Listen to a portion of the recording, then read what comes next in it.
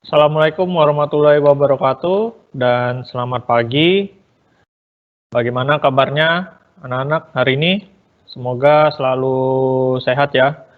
Dan hari ini kita bertemu kembali dalam pembelajaran daring matematika di kelas 7 dan sekarang kita sudah masuk di semester genap atau semester 2. Nah, sebelum kita memulai pembelajaran pada hari ini, mari kita berdoa menurut agama atau kepercayaan kita masing-masing.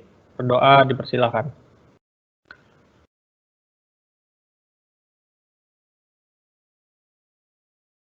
Berdoa selesai. Oke, untuk semester ini sebelum saya mulai pembelajaran, saya akan memberikan penjelasan sedikit untuk materi-materi apa saja yang akan kita pelajari di semester genap ini. Nah, di semester genap ini ada 5 bab, ada 5 materi yang akan kita pelajari. Nah, untuk di bab yang kelima, yaitu ada materi perbandingan. Kemudian nanti setelah kita belajar perbandingan, kalian akan belajar lagi tentang aritmatika sosial. Kemudian berikutnya di bab 7, itu ada materi garis dan sudut. Nah, kita sudah masuk di bagian matematika yang geometri atau bangun datar. Nah, kemudian setelah garis dan sudut, kita akan belajar tentang persegi dan segitiga. Dan di bab terakhir, bab 9, yaitu kita akan belajar tentang penyajian data. Nah, sedikit penjelasan dari saya berkaitan dengan penilaian untuk semester ini, harap diperhatikan baik-baik. Untuk kelas 7A sampai 7F itu masuk penilaian saya. Jadi yang akan melakukan penilaian, yang akan melakukan rekap nilai itu adalah saya. Dan tugas-tugas juga tetap dikumpulkan di Google Classroom seperti biasa, seperti semester kemarin. Dan penilaian di semester ini atau pengumpulan tugas di semester ini akan saya perketat dan akan saya lebih disiplin. Dan saya harapkan bagi kalian, nah ini untuk berlaku untuk semuanya, bagi siswa yang masih saja malas mengumpulkan tugas, saya sangat mohon maaf sekali, karena saya orangnya tegas, kalau kalian mengumpulkan tugas, saya akan berikan nilai, kalau kalian tidak mengumpulkan tugas, saya tidak akan berikan nilai. Seperti itu. Sama halnya seperti semester kemarin, kalau kalian memang serius untuk belajar, kalau kalian memang siswa SMP 1, silakan ikuti aturan sekolah, silakan kumpulkan tugas jika diberikan tugas, silakan remedi jika nilainya kurang dari KKM. Dan saya tidak mau mendengar lagi alasan saya tidak mendapat informasi, saya tidak memiliki paket atau bagaimana. Kalau kalian tidak memiliki paket atau tidak ada internet, kalian mungkin bisa bertanya, minta orang tua kalian untuk bertanya ke wali kelas. Wali kelas pasti bisa menanyakan atau memberikan informasi terkait tugas-tugas yang diberikan oleh guru-guru kalian, seperti itu. Nah, kemudian untuk kelas 7G, 7G sampai 7K itu adalah kelas di bawah naungannya Pak Zulpan. Nah, untuk penugasan di semester ini nanti, di semester genap ini, untuk kelas 7G sampai 7K, mungkin kalian akan saya arahkan mengumpulkan tugas melalui WhatsApp, dan WhatsApp-nya silakan kirim tugas ke Pak Zulpan langsung. Jangan ke Google Classroom atau jangan ke saya, karena saya tidak melakukan penilaian untuk tugas kelas 7G sampai 7K. Tetapi untuk materi serta tugasnya nanti seperti biasa saya akan upload di Google Classroom, jadi kalian bisa belajar, bisa mendapatkan materinya serta bisa melihat tugas-tugas yang saya berikan. Kemudian untuk pengumpulannya yang kelas 7G sampai 7K, itu pengumpulannya silakan kumpul ke Pak Zulpannya langsung nanti. Nanti saya akan buatkan sistem dan tata cara pengumpulan tugas seperti di semester sebelumnya, jadi kalian bisa baca ya. Kemudian untuk ulangan harian, untuk ulangan hariannya itu saya akan merekap seluruh nilainya, jadi dari kelas 7A sampai 7K, itu saya yang akan melakukan penilaian, perekapan nilai. Tetapi untuk pengolahan nilai di kelas 7G sampai 7K itu yang mengolah nilai Pak Zulfan. Jadi untuk satu semester ke depan ini, kelas 7G sampai 7K saya tidak akan melakukan perekapan nilai kecuali untuk nilai ulangan harian saja. Dan nilai ulangan harian tersebut ketika sudah saya rekap akan langsung saya kirimkan ke Pak Zulfan. Jadi saya tidak akan melakukan perekapan nilai untuk kelas 7G sampai 7K. Jadi jika nanti kalian ingin menanyakan bagaimana perkembangan nilai kalian, kalian mungkin bisa langsung bertanya ke Pak Zulfan, itu untuk kelas 7G sampai 7K. Oke, jika ada pertanyaan, mungkin nanti kalian bisa bertanya di grup WhatsApp ya, seperti biasa. Oke, kita mulai untuk pembelajaran kita hari ini, yaitu kita akan masuk di bab 5 tentang perbandingan. Nah, sebelumnya di sini ada beberapa kompetensi dasar yang harus kalian penuhi untuk standar kelulusan di bab ini, di bab 5 ini. Yaitu yang pertama adalah menjelaskan rasio dua besaran, yang satuannya sama maupun yang satuannya berbeda.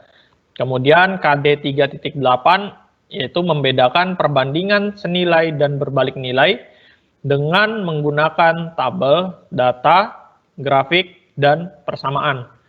Kemudian untuk KD 4.7, KD keterampilan, yaitu menyelesaikan masalah yang berkaitan dengan rasio dua besaran, satuannya sama dan berbeda. Kemudian KD 4.8 menyelesaikan masalah yang berkaitan dengan perbandingan senilai dan berbalik nilai.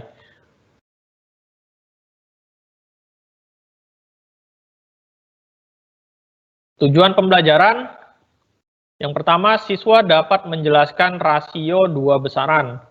Kemudian yang kedua, siswa dapat membedakan perbandingan senilai dan berbalik nilai dengan menggunakan tabel, data, grafik, dan persamaan. Kemudian yang ketiga, siswa dapat menyelesaikan masalah yang berkaitan dengan rasio dua besaran.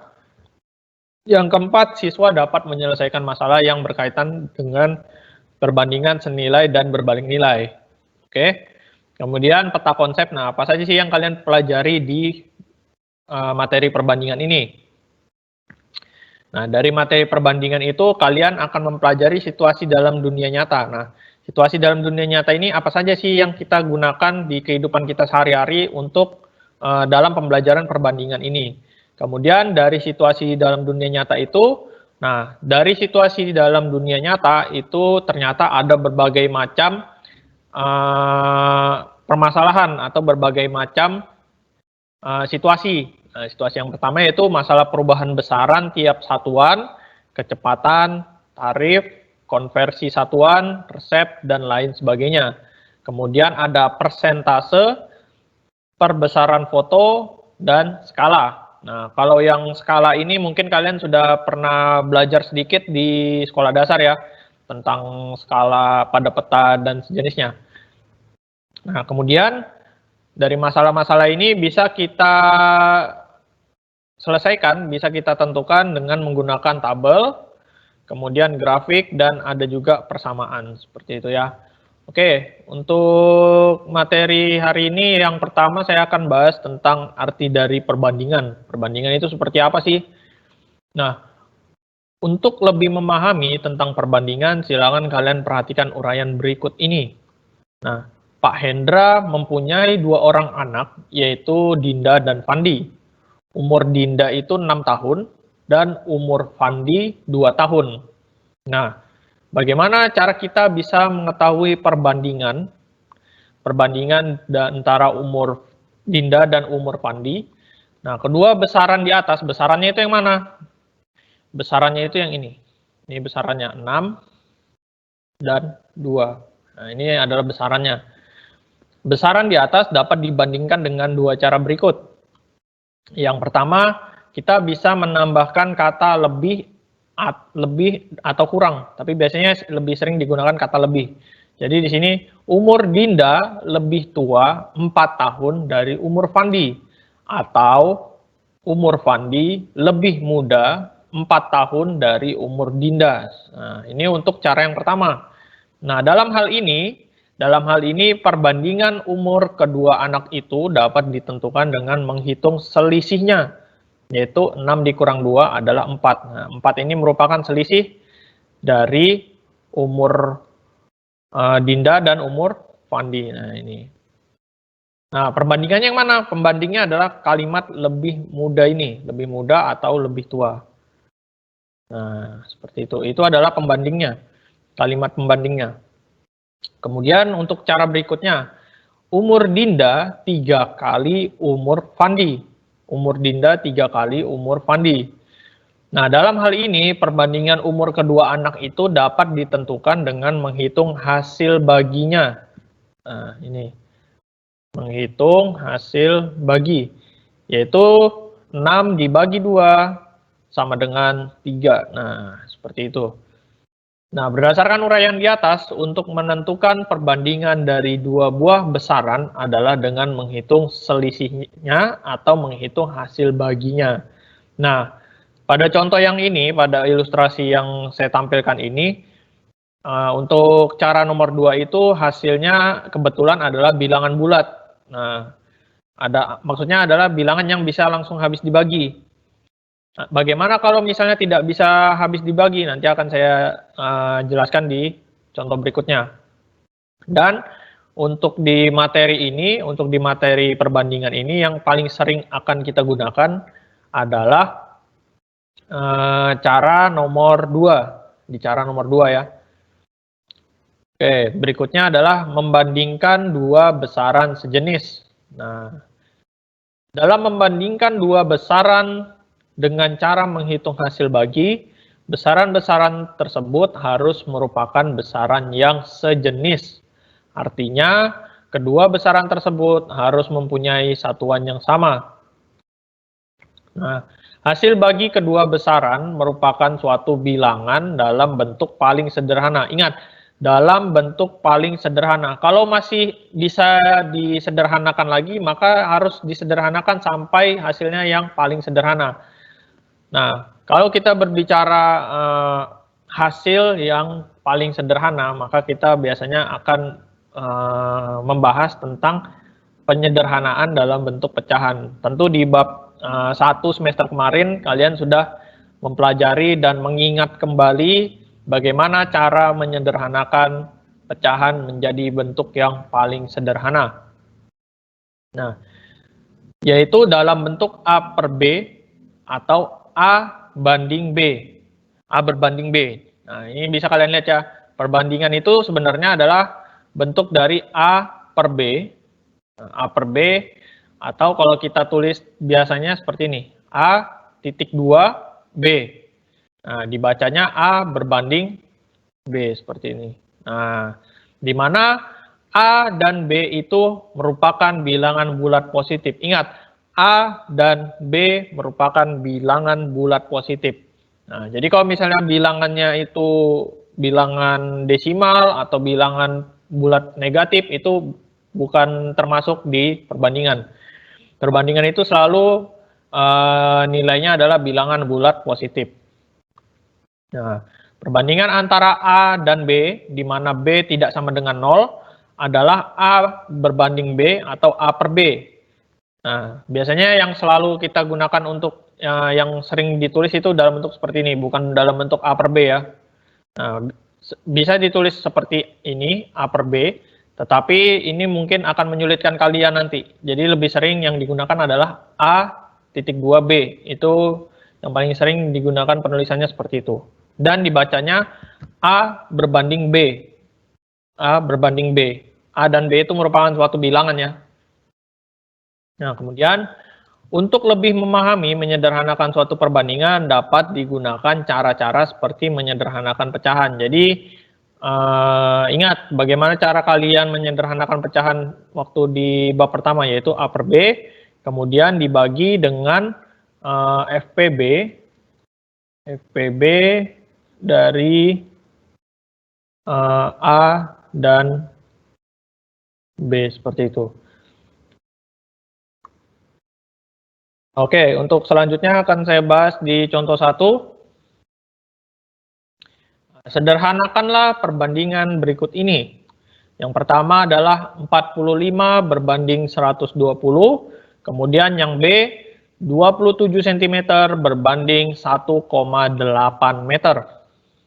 Nah, sekarang penyelesaiannya yang pertama, 45 berbanding 120. 45 berbanding 120. Bisa saya tulis dalam bentuk 45 dibagi 120 atau 45 per 120. Kemudian kita sederhanakan dengan cara membagi masing-masing pembilang dan penyebutnya dengan 15. Dari mana kita dapat 15? 15 kita peroleh dari FPB 45 dan 120. Ingat kembali dan pelajari kembali materi tentang KPK dan FPB karena itu akan selalu digunakan, tidak hanya sekarang, mungkin nanti di kelas 8 dan kelas 9 itu juga akan digunakan. Nah, 45 dibagi 15 berapa? 45 dibagi 15 itu adalah hasilnya adalah 3. Kemudian 120 dibagi 15 hasilnya adalah 8. Jadi kita peroleh perbandingannya adalah 3 berbanding 8. Tidak boleh kalian tukar ya. Kalau misalnya di sini yang di atas adalah 3, yang di bawah adalah 8, berarti 3 per 8 itu sama dengan 3 berbanding 8. Tidak boleh kalian tukar menjadi 8 berbanding 3, itu pasti salah. Kemudian untuk yang bagian B. Nah, untuk yang bagian B kalian perhatikan. Di sini satuannya adalah cm yang pertama. Yang pertama cm, kemudian yang kedua adalah meter. Nah, kalau satuannya berbeda, kita samakan satuannya terlebih dahulu. Nah, di sini yang lebih mudah agar bilangannya, ingat tadi bilangannya harus bilangan bulat. Perbandingannya harus bilangan bulat. Jadi kita ubah yang 1,8 meter, kita ubah menjadi cm.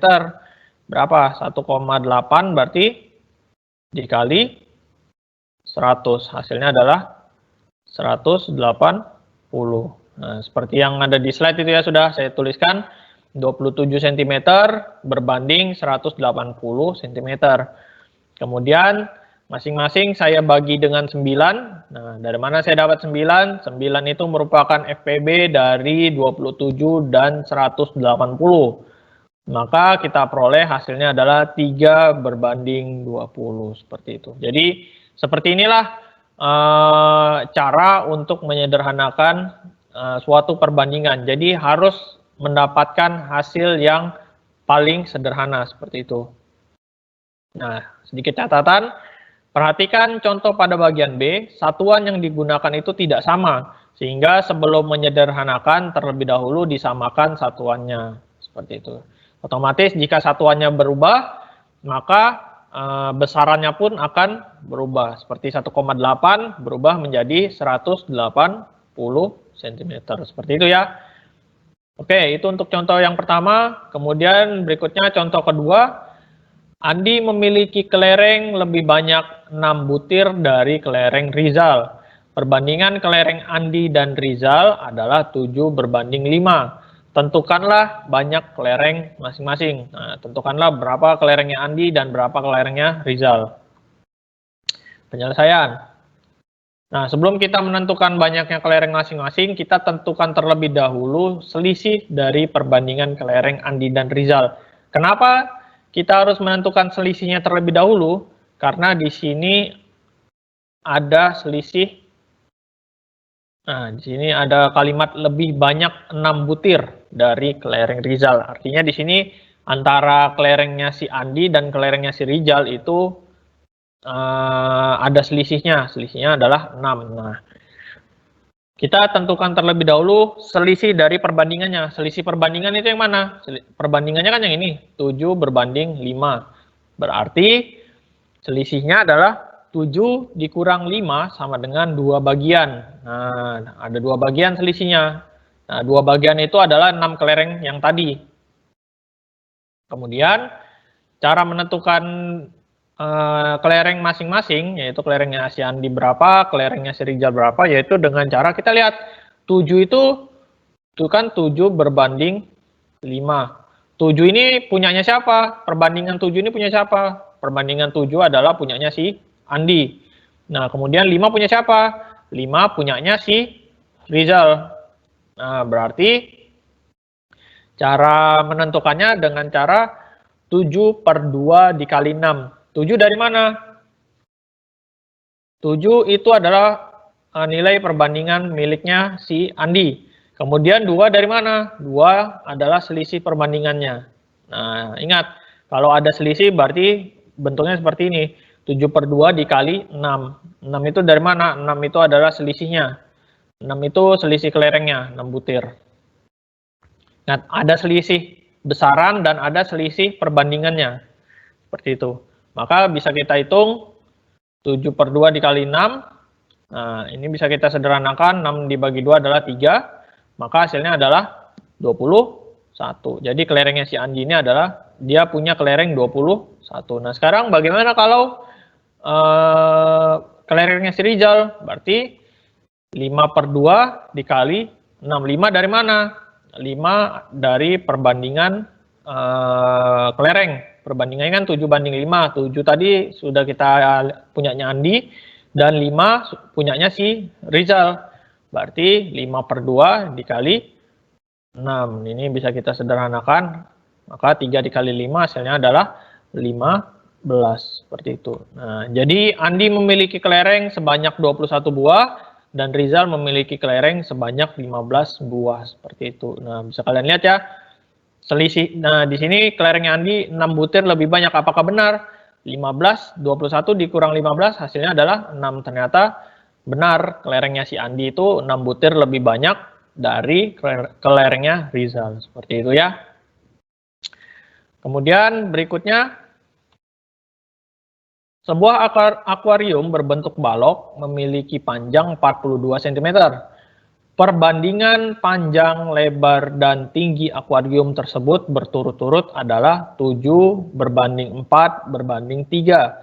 Tentukanlah ukuran lebar dan tinggi akuarium. Nah, di sini bagaimana cara kita tahu ukuran lebar dan tinggi dari akuarium tersebut? Nah, penyelesaian. Nah, diketahui perbandingan panjang, lebar, dan tingginya adalah 7/4/3. Jadi 7 ini adalah perbandingan panjangnya, kemudian 4 ini adalah lebarnya, kemudian 3 ini adalah tingginya. Ingat, kalau di sini ada kalimat berturut-turut, maka berturut-turut itu adalah panjangnya, lebar, dan tingginya, sesuai yang disebut di kalimat tersebut. Kemudian, panjang dari akuarium tersebut adalah 42 cm. Nah, kalian perhatikan pada contoh kedua dan contoh yang sekarang, contoh yang ketiga. Tadi di contoh yang kedua itu ada kalimat selisih. Nah, ada kalimat lebih banyak. Ada kalimat lebih banyak yang mengartikan kalian harus menentukan selisih dari perbandingannya terlebih dahulu. Nah, sedangkan di contoh yang ketiga ini, tidak disebutkan apakah lebih panjang atau lebih pendek, itu tidak disebutkan. Berarti kalian tidak perlu menentukan selisihnya. Kalian tidak perlu menentukan selisih dari perbandingannya. Oh ya, tadi saya lupa mengingatkan pada bagian membandingkan dua besaran yang sejenis itu bisa kita sebut sebagai rasio. Nah, jadi nama lainnya itu adalah rasio ya. Nah, cara menentukan lebarnya dengan cara perbandingan lebar per perbandingan panjang dikali ukuran panjang. Nah, kenapa demikian? Karena yang sudah diketahui itu, saya bisa tulis seperti ini, 7/4 sama dengan, nah 7 ini punya siapa? 7 itu punyanya panjang. Nah, ukuran panjang itu kan sudah diketahui, yaitu 42. Nah, sedangkan yang 4 ini belum diketahui. Yang 4 ini belum diketahui. Misalnya saya misalkan adalah Y. Misalkan saya misalkan Y, berarti bisa saya tulis seperti ini. 4/7 dikali 42 seperti ini. Nah, sama ya, 4/7 dikali 42. Maka kita peroleh hasilnya adalah 24 seperti itu ya. Nah, jadi kalau misalnya yang dicari itu selalu yang di atas, yang dicari itu adalah yang selalu di atas, kemudian yang sudah diketahui perbandingan serta ukuran panjangnya itu bisa kita tulis di bawahnya. Kemudian untuk menentukan tinggi berarti perbandingan tinggi per perbandingan panjang dikali ukuran panjangnya. Maka kita peroleh 3/7 dikali 42, hasilnya adalah 18.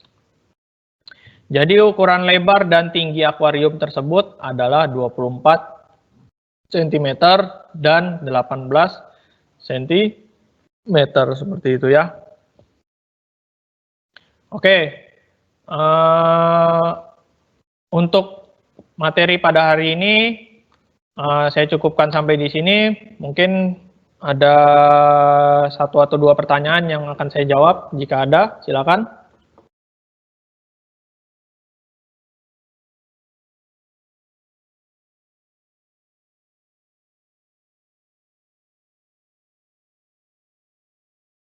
Jangan lupa untuk absen di kolom chat ya, karena akan saya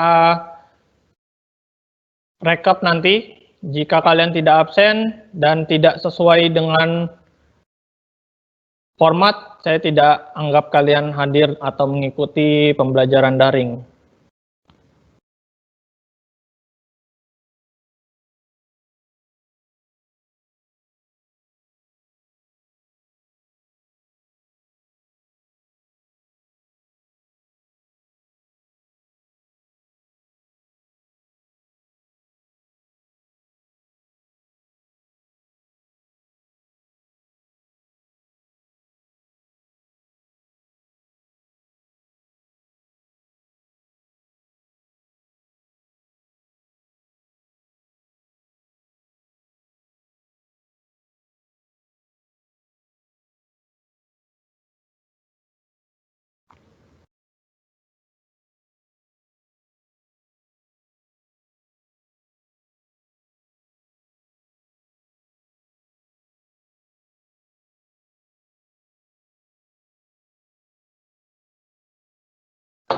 Oke, sepertinya tidak ada pertanyaan.